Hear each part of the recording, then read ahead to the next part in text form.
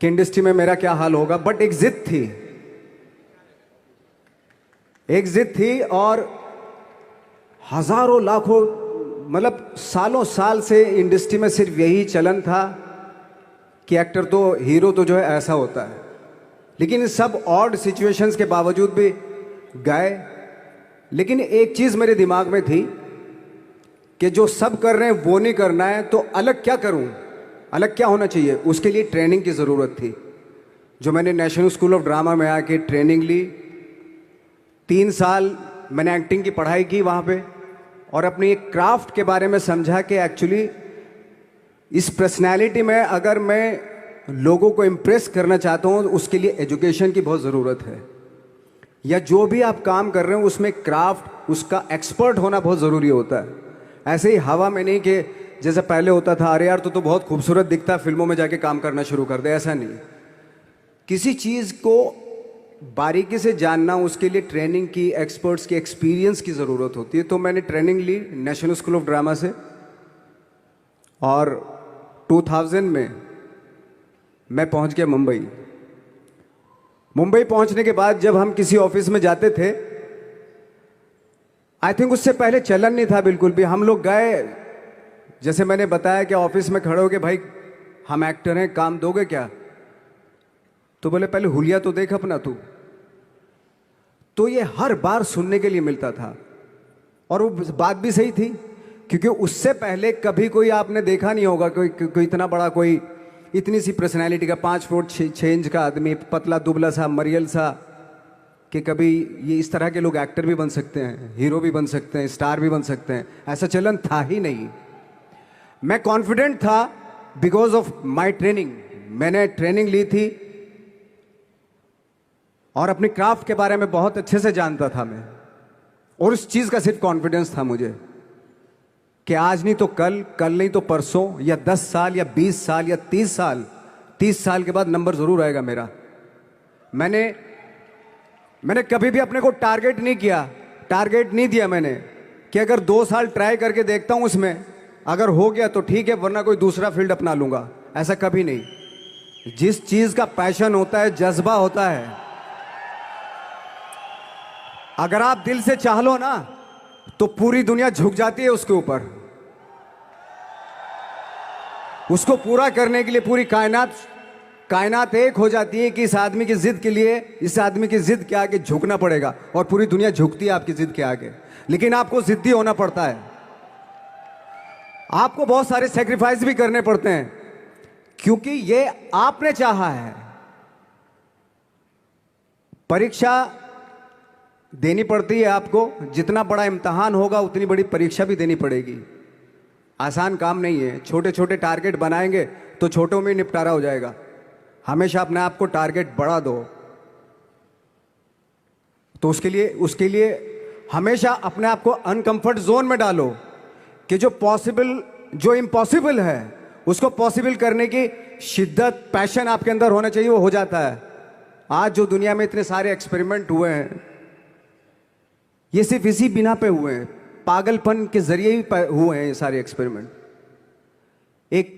एक मैंने कहीं सुना था कि जब आप एक्सपेरिमेंट करते हैं तो फेलियर भी होते हैं, कई बार फेलियर होते हैं। कोई एक एक्सपेरिमेंट करने के लिए, कोई एक चीज़ करने के लिए बहुत बार हमने भी झेला है, बहुत बार फेलियर हुए हम लोग। लेकिन एटलीस्ट हमें इतने सारे फेलियर होने से इतने तरीके पता चले कि इन तरीकों से सक्सेस नहीं मिल सकती।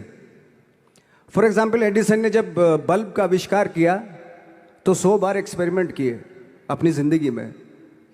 100 बार एक्सपेरिमेंट करने के बाद जब उसको पता चला कि अरे फॉर्मूला तो ये था बल्ब बनाने का, तो एटलीस्ट उसके साथ साथ उसको ये भी पता चला कि 100 जो तरीके हैं, 100 तरीकों से बल्ब नहीं बनता, ये भी पता चला उन फेलियर्स में उसको।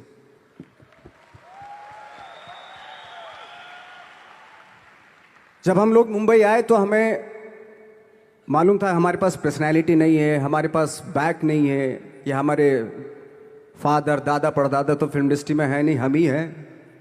तो हमें क्या करना चाहिए? इसलिए लोगों के बीच में घुसे रहते थे, आम लोगों के बीच में घुसे रहते थे, उनका एक्सपीरियंस सुनते थे, उनको ऑब्जर्व करते थे,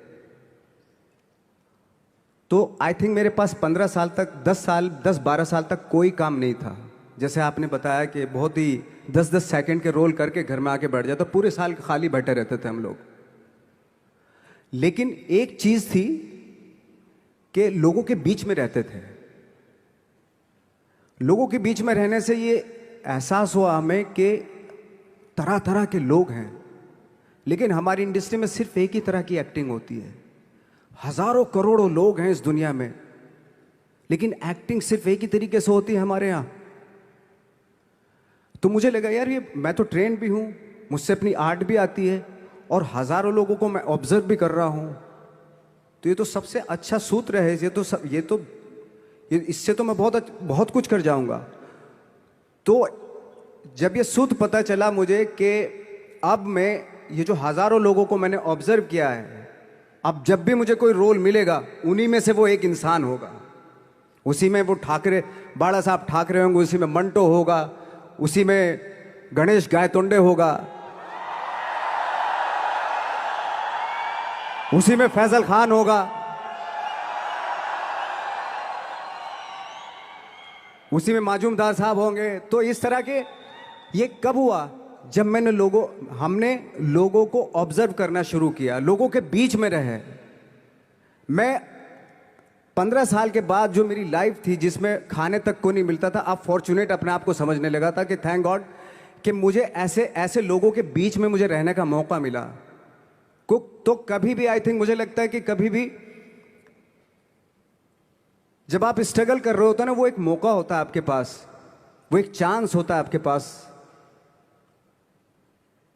कि कैसे उसमें आप अपना ऑब्जर्वेशन, एक्सपीरियंस, जब आपको काम मिलेगा वो उसमें लगाएंगे आप। तो मेरी लाइफ बहुत ही,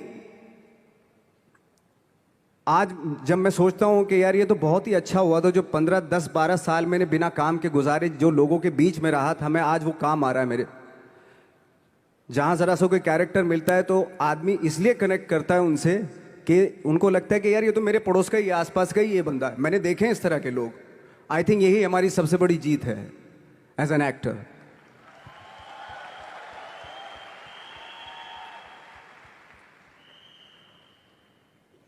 ऑफ कोर्स स्ट्रगल में बहुत सारी चीजें सेक्रीफाइस करनी पड़ती हैं, क्योंकि खुजली आपको हुई है, आप ही को मिटानी पड़ेगी। यू नो, आप जो आप हैं वो आपने बनना चाहा था, और अगर डिसअपॉइंटमेंट आ रहे हैं तो आप तो कंप्लेन भी नहीं कर सकते, क्योंकि आप ही ने चाहा था ये बनना।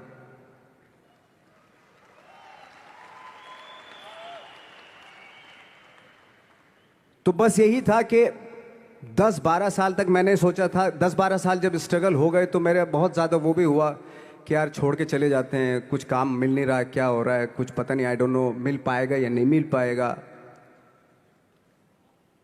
फिर ये होता था कि नहीं, मेरी मदर जो है ना, एक लेटर लिखती थी मुझे हमेशा। तब मोबाइल नहीं आए थे, पेजर आए थे, तो पेजर यहाँ पे लगा के चलते थे हम लोग।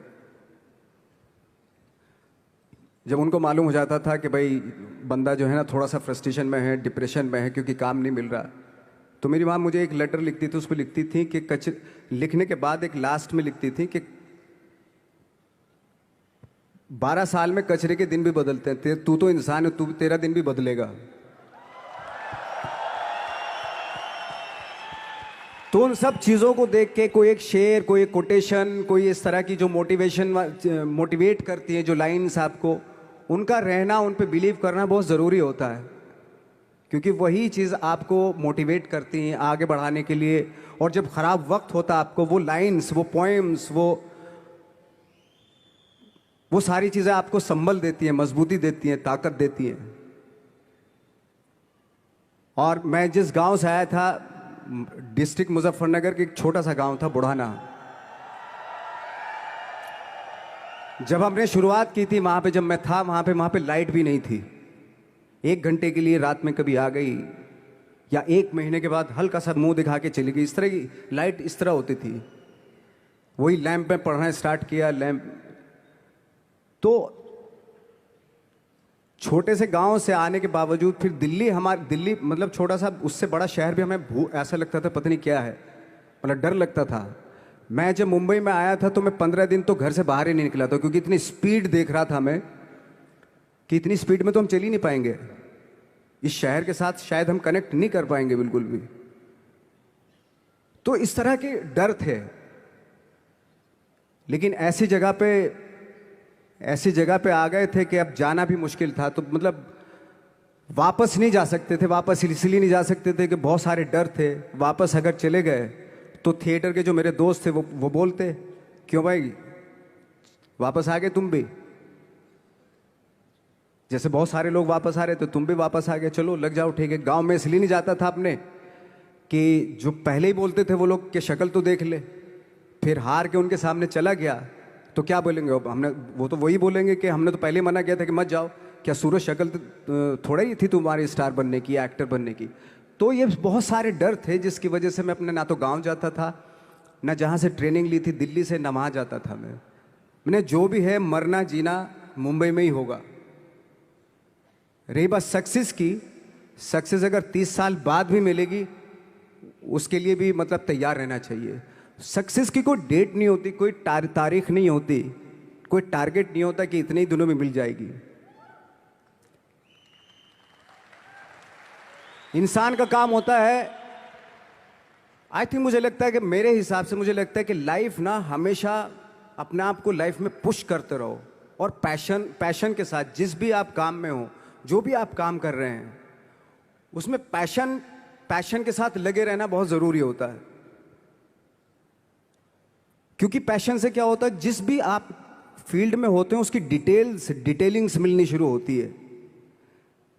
जैसे जब आप समंदर में देखते हैं, समंदर की जब गोता मारते हैं नीचे जाते हैं तो आपको एक धीरे धीरे बहुत कुछ दिखाई देना शुरू। ऐसे ही आपका भी फील्ड है, कोई भी हर फील्ड ऐसा ही होता है, उसमें असीम संभावनाएं होती हैं, इतनी पॉसिबिलिटीज होती हैं कि